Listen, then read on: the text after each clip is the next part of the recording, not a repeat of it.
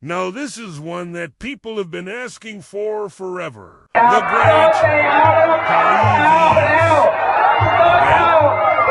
Who would win in a real fight? Now, I know this has all the makings of a great matchup, but unfortunately we've seen it twice already. Not that is gone. Nah, stop me from showing you again, because if you missed it the first time or second time, well, you are truly out of luck, because you will never see a third time. I don't even know how many times the Great Khali has come to America to wrestle. He's been here at least 4 times, and every time he comes here, he brings with him the most disgusting things out of his mouth. But if you listen close enough, he might be onto something. So, let us go back to October 2007. This was the first time these two ever met inside the squared circle. For those of you who don't know, this type of match is called an Iron Man match. It is a very grueling contest where the winner is determined by who can score the most pinfalls or submissions within a set time. And in this case, it was 60 minutes. First making their way to the ring is the Great Khali.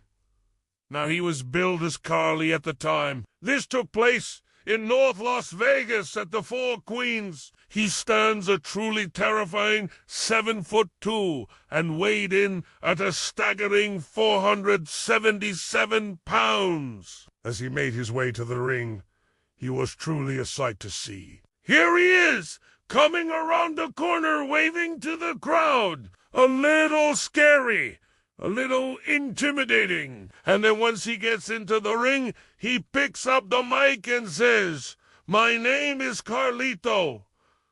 I am from Punjab, India. I weigh 477 pounds. If you cannot see me, you better look again." Okay, he said it more eloquently than that, but that's the gist of what he said. He went on to say, "I want to send a message to all the people in the heavyweight division.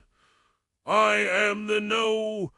1 contender." You know what? At the time, he was actually No. 1 contender. Khali continued, "Don't step in the ring with me if you don't want to get hurt." And then the lights went out, and when they came back on, Gane was standing right behind him saying, "Who's talking about getting hurt?" Then Gane just stared at Khali for a few moments, while Khali looked like he was confused as to why the lights went out. Eventually the bell rang to start the match, and they circled each other in the ring for a moment. Once again, here is Gane staring down the Great Khali. Khali backs away a little bit, then charges at Gane, and Gane clotheslines him. That was definitely not legal in a submission match. You know, there's no disqualification. Khali was reeling a little bit. Gane grabbed him by the hair, whipped him into the turnbuckle, and then hit him with a big boot to the face. The ref started to count. Khali got back into the ring, and Gane continued to wail on him.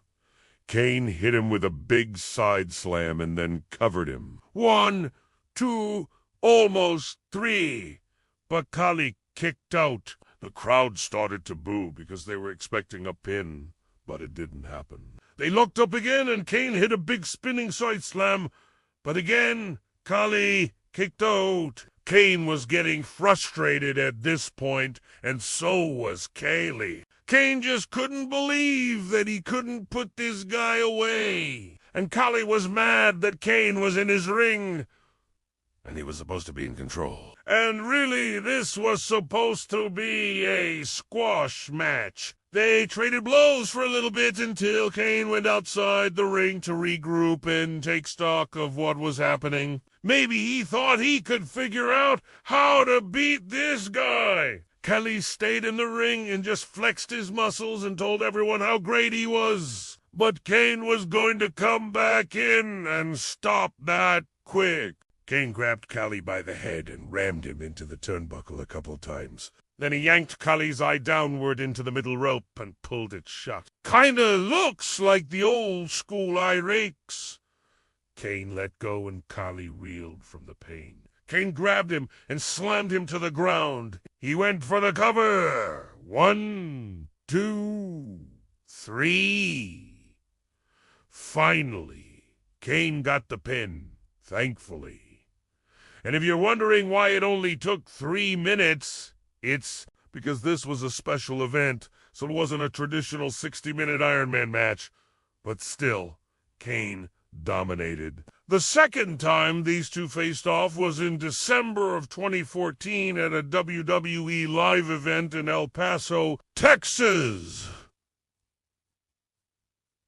This was during the height of the Wyatt family's run when Bray was the leader. We also had Luke Harper and Eric Rowan with him. This one was your standard 60-minute Iron Man match. They went back and forth for a while, but neither man could get the upper hand. That is, until the Wyatt family got involved. About halfway through the match, they distracted the referee and allowed Bray to hit the Great Khali with the steel steps. After the referee recovered and saw what happened, Bray was disqualified. But the match continued on as a no disqualification, no count-out match. So basically anything goes. Gane was livid after the attack, so he came back with a vengeance. He hit Bray with a chokeslam.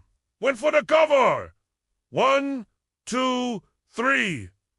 Gane wins it in under 10 minutes. But if you think that ended their rivalry, you'd be wrong. Fast forward to 2017, 2 years later, and Gane and the Great Khali are feuding once again. This time, though, Khali was billed as the Maharaj. And honestly, I wish they would have stuck with that name.